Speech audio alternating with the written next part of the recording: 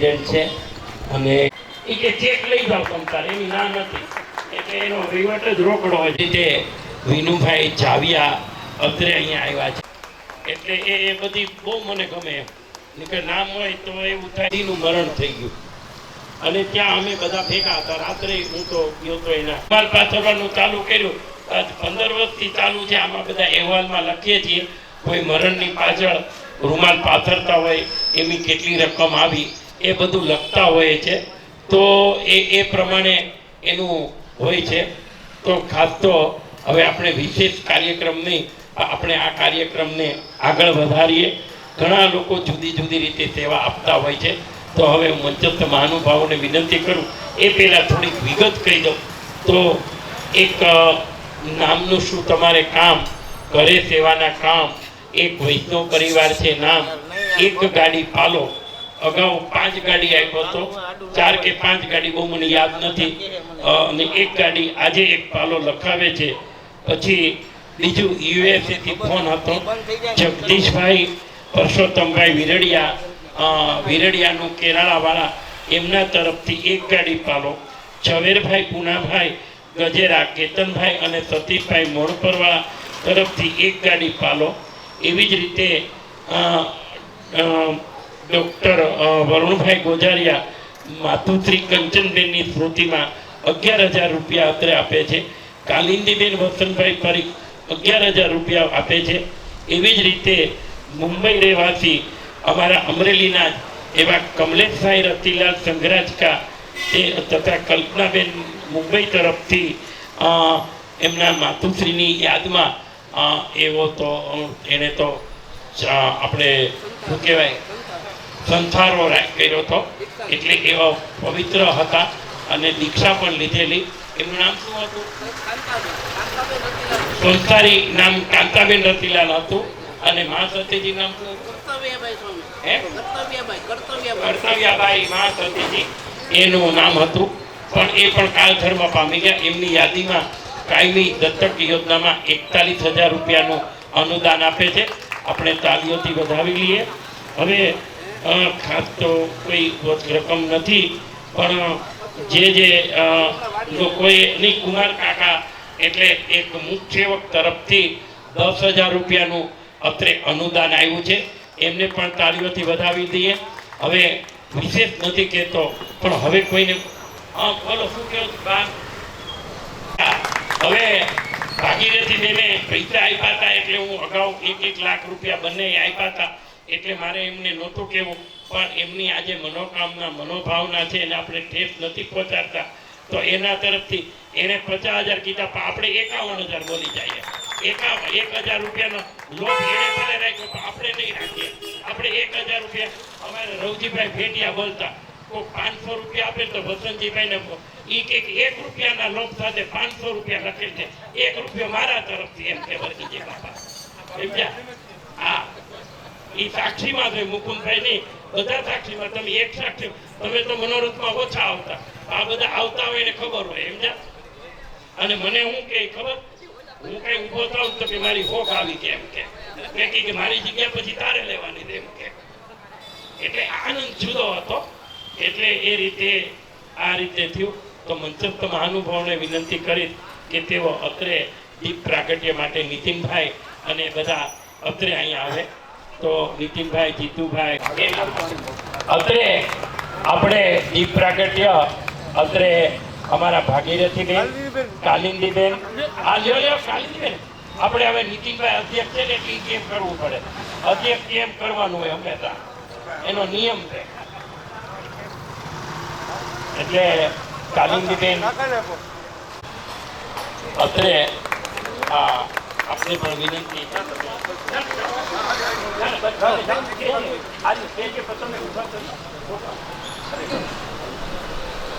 આવતા અત્રે આ જીતની દિવસ છે એ કાયમ આપણે બધાના 100 વર્ષ ઉજવવાની વાત કરી, પણ હજી અમારે પાંજરાપોળને થોડી વાર છે. એની 12 વર્ષ જ ઘટે છે. એટલે એને ને કુમાર કાકા બેયના હારે સમજો. કુમાર કાકા અમારે 88 વર્ષ થયા. એટલે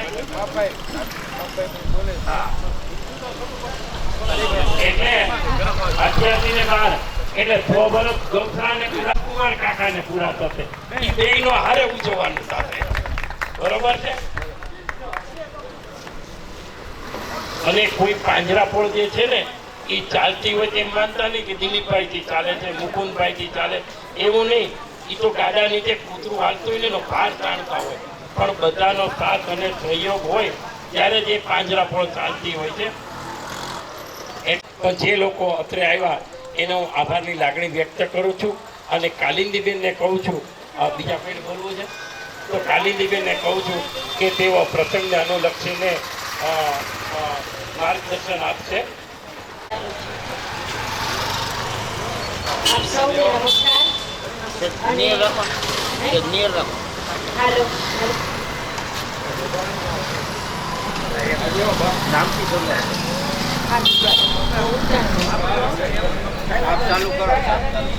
નમસ્કાર. અત્રે જે કઈ વાત થઈ દિલીપભાઈએ કરી એમાં હું મારો ટેકો જાહેર કરું છું, પણ એક વાતમાં ટેકો જાહેર નથી કરતી. એમણે એમ કીધું કે તમે બધા આની શતાબ્દી ઉજવજો ને આની શતાબ્દી ઉજવજો, હું ન હોઉં તોય, તો ઈ અમને વાત પસંદ પડી નથી. તમારે હાજર રહેવાનું. ના, અમારા બધાની એટલી શુભેચ્છા પ્રાર્થના હોય, કમસે કમ ગાયોની તો હોય ને. હમણાં તમે જ કીધું કે ગૌશાળાને 12 વર્ષ બાકી છે, તો એટલું તો ઓછામાં ઓછું તમારે રહેવું જ પડે ગૌશાળા. ચાલો, આપણે અહીં ગાય માતા માટે જે દાનનો ઉપક્રમ રાખ્યો છે એ તો બરાબર છે, પણ મને એમ લાગે છે કે આ દાન શબ્દ પણ કાઢી નાખવો જોઈએ. આ ઋણ સ્વીકારની ભાવના છે. હું તમને કહું કે આપણી માતાએ આપણને જન્મ આપ્યો, એનું દૂધ આપણે પીધું, એનું ભલે અમુક લોકો ન ચૂકવતા હોય, પણ હજી એ ભારતીય સંસ્કૃતિ છે અને ઘણા પોતાની માતાનું ઋણ ચૂકવતા હોય છે. માં ભૂખી હોય તો એને જમાડે, દવા પાય, એને સાડી પહેરાવે, તો એમાં એમ કહે છે કે દીકરાએ કે દીકરીએ માને દાન કર્યું એમ. તો અત્યારે આપણી આ ગૌ માતા છે, ભૂખી હોય, દુઃખી હોય, તો એને માટે આપણે જે કાંઈ ઘાસપાલો આપતા હોય કે રોકડ રકમ આપતા હોય, ગમે તે કાંઈ પણ આપતા હોઈએ, તો એની પાછળ દાનની ભાવના નહીં પણ ઋણ ચૂકવવાની ભાવના છે. અને એનાથી પણ આગળ વધીએ તો પ્રેમ, કેવળ પ્રેમ એ આપણો ધર્મ હોવો જોઈએ. કારણ કે દાનમાંથી જો પુણ્ય કમાવાની અપેક્ષા હોય, ગીતામાં ભગવાને કહ્યું છે કે નિરપેક્ષ ભાવે, અનાસક્ત ભાવે તું જે કાંઈ કર્મ કર એ કર. તો અત્યારે આપણે જે કાંઈ ફરજની ભાગરૂપે કરીએ કે ઋણ કે દાન, જે કાંઈ શબ્દનું મહત્વ નથી, પણ મહત્વ છે પ્રેમનું, ભાવનાનું. અને ભાવનામાં તો ફૂલ લઈને ફૂલની પાંદડીનું પણ મહત્વ હોય. એટલે જે કોઈ અહીંયાથી પસાર થતા રાગીરો છે, આમ દુકાનદારો છે, બધાને હું વિનંતી કરું છું. અને આ વિડીયો પણ ઘણા લોકોની પાસે જશે, એને પણ હું 2 હાથ જોડી વિનંતી પ્રાર્થના કરું છું કે તમે જે કાંઈ બને તમારી પાસે, આજે તમે ગુટકા ખાવ છો, પીઝા ખાવ છો, દાબેલી ખાવ છો, તો એક દિવસ તો તમે એ છોડો. મકર સંક્રાંતિને દિવસે તમે છોડજો અને એની જે રકમ હોય એ અહીંયા આપજો. તમે જ્યાં હો ત્યાં આપજો, તો પણ અહીંયા પહોંચી જશે. ભાઈએ દિલીપભાઈએ વાત કરી, આપણે કેટલી બધી ગાયોની સમસ્યા છે.